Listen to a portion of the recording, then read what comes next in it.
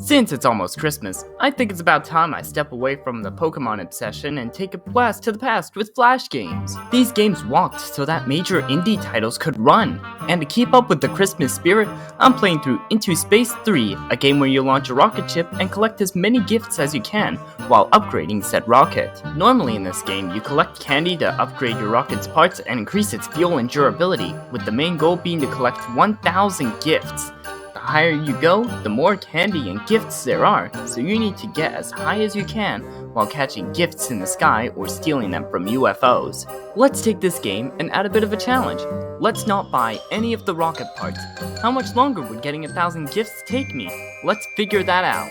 Now, originally, as you can see by this footage, I originally tried playing through the game without the parts or upgrades, meaning the only way I can improve my rocket are with the missions and achievements, since those give buffs to your rocket when completed.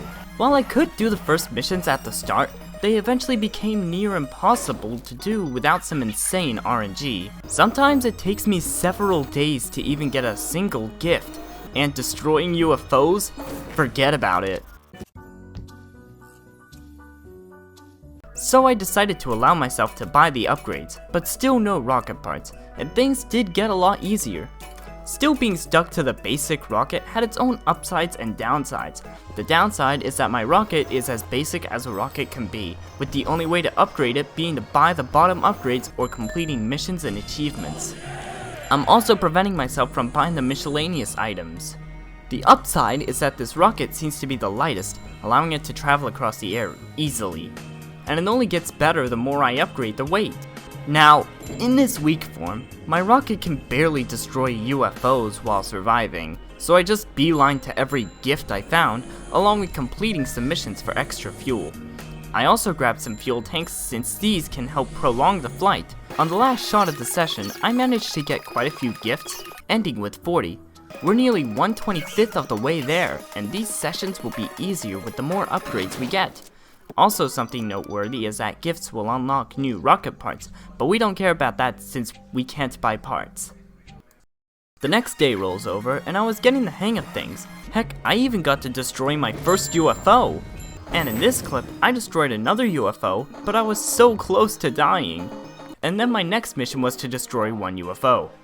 And I almost did. Tiny nudges could help, but they send me off course or even break me, so I'll need to upgrade my armor. And then I got stuck. Somehow I keep seeing more glitches in this game. Like this one, where I suddenly get more weight with just the head. Finally got the right nudge and steal here, which means in this next session I collected 119 gifts, bringing my total to 159 gifts. On the next day, my first 3 attempts were really good. Check out the number of presents. And on the 4th attempt, I got the Ace achievement. I managed to get my first big gift, which awards 2 gifts.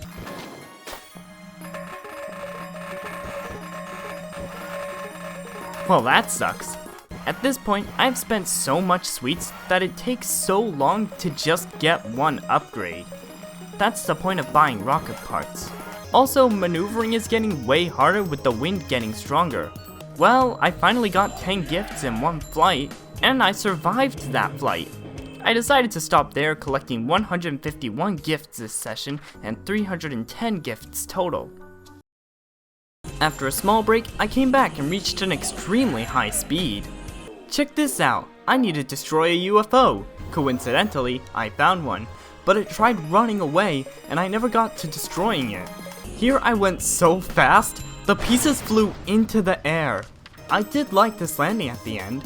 Now I've collected 152 more gifts, and we're at 462 gifts total. I never mentioned this, but speed gates are also a nice priority to help get as high as possible, earning more sweets in the process. Credit to this plane for trapping the UFO. This run was exceptional. I got 15 gifts. Hey look, it's Santa Claus. Let's kill him. We see a new gift that gives us a lot of gifts. I ended this session with 161 gifts collected and 623 gifts total, and exactly 33,333 sweets. At this point, we're more than halfway there, and getting gifts is pretty easy to get now. Currently, my record is 92,410, but I wonder if my rocket can get to 100k. The next session here, I was on a good roll, with consistent 8 gifts per run, but this UFO did one-shot me. Well, I did get a record here, but not quite 100,000.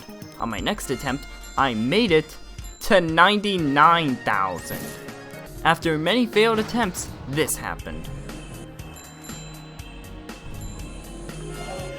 Not only did I get to 100k feet, I also managed to get 5 gifts along the way and a new suite. The final launch of the session ended in disappointment, but I did collect a whopping 203 gifts, which brings my total to 826 gifts. I think one more session will be the point where we save Christmas. Also, I forgot to stop the recording for this session when going out, so the recording here is 2 hours long. Now let's just move on to the next cycle and... oh. So I apparently got another rare glitch where the game just stops on a loading screen, forcing me to restart. The glitch I mentioned at the beginning is caused by going through an accelerator the same frame you lose your body, making your weight not change, and causing your rocket to be too heavy to move. That's why I ended up moving backwards. Here I managed to steal 11 gifts, leaving only 40 gifts left.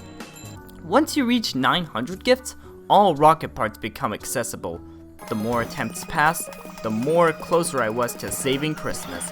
976, 979, 981, then all the way up to 994, then 996, then 999, and finally, 320 days after beginning, oh yeah! We have beaten Into Space 3 with only the starting rocket. And with Into Space 3 beaten, I wonder how the other rockets compare to the starting rocket. I grinded up to get enough sweets to buy all the rockets, and I was able to beat my record once I got to the Mark II upgrade. After that, with every new rocket, I smashed my last records. Now, this might have been a short video that wasn't much of a challenge, but I had a lot of fun playing through old Flash games again. Who knows, I may revisit them next time. See you in the next video.